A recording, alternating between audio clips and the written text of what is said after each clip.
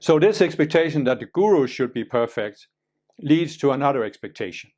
That is that the guru's organization should be perfect, and what that really means is everyone in the organization should be perfect, especially the people who are working, who are the leaders in the organization. They should be perfect.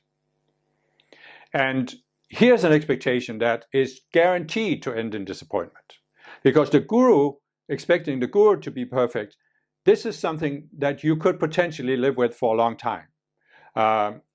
I've seen some spiritual movements, and it's just the mechanics of the thing. A spiritual movement starts out very small, and there's a small group of people, and they can often have direct contact with the guru.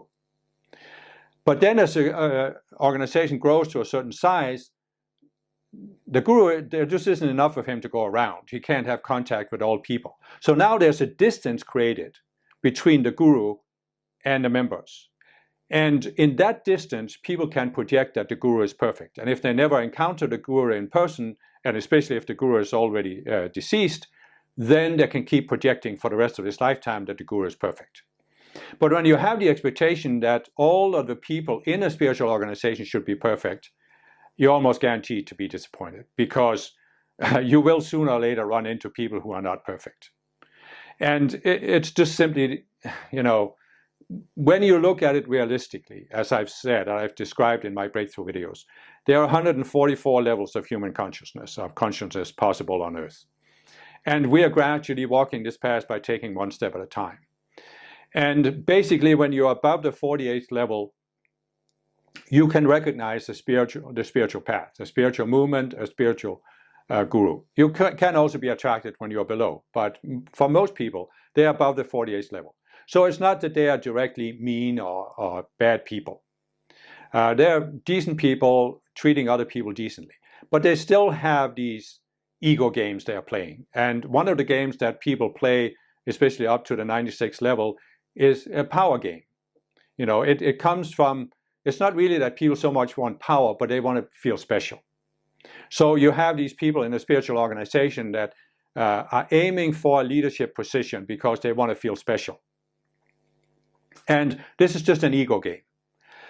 So as I said in another talk, people come in with this expectation, I should be treated as someone special because I'm a member, but then they run into these leaders who have already developed this sense that they're special, and they certainly don't want some upstart newcomer to come in and challenge them and tell them that they shouldn't be doing what they're doing, so they can be very harsh towards people who seem to challenge them. And so a lot of people have run into this. You come into this spiritual movement, you expect, I'm home free, here are these wonderful spiritual people that are so different from all the people I met out in the world. So therefore, I won't have the problem with these spiritual people that I had with people out in the world. So you come in, you have an initial honeymoon phase where you think, oh yeah, this really is a spiritual movement. And then, wham, now you hit some person, and now you have the exact same problem with this person as you had with people out in the world. And why is that, by the way? Think about this. Why are you guaranteed to have the same problems with people in the spiritual movement that you had with people out in the world? Because what caused you to have problems with people out in the world was a reactionary pattern of subconscious self in your psychology. And you didn't lose that when you entered the movement, so it's still there, and it's just a matter of time before you find somebody who triggers it, and now you're in the same situation. But if you don't realize this, if you're projected, it wasn't me who had a problem with people out in the world, it was these people that were the problem, then when you come into the spiritual movement, you have the same problem. What are you going to do? You're going to project, it was the people. They weren't perfect as I expected them to be. They are not really evolved. And that's probably because the whole movement is a false movement. The guru is a false movement. The teachers is false. And maybe the spiritual path is false. So now you become disappointed, you go out, you become angry, you become bitter, and you are still projecting that it's other people's fault. Well, nothing much that can be done about it, because people who are in this state of projecting, they don't listen to anything that anybody says. But still, if you are not at that state of projecting, you can look at yourself and say, can I see that I have some pattern here of how I deal with other people? And can I come to the point where I see, this is actually me. It's me who has the problem. I'm the one who has to change. And finding this spiritual movement is my opportunity to change, because this is what I put in my life plan. There's an old book written by an American psychologist called M. Scott Peck. He wrote a very famous book called The Road Less Traveled, but he wrote another book that wasn't as famous called People of the Lie. And he's talking about narcissistic people that are always projecting that the problem is out there. But what he describes in the book is that when he was newly educated as a psychologist, he was assigned to work on an American military base in Guam.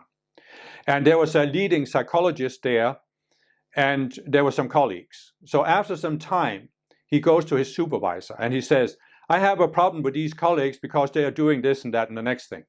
And he tells him about this. And at some point, this supervisor says, you're absolutely right. And Scott Peck looks at him, and then he says, you have a problem. No, you don't understand, Scott Peck says. It's these people that are doing this and this. And then the supervisor cuts him off and says, no, you don't understand. You, M. Scott Peck, you have a problem. And then Scott Peck gets furious and leaves.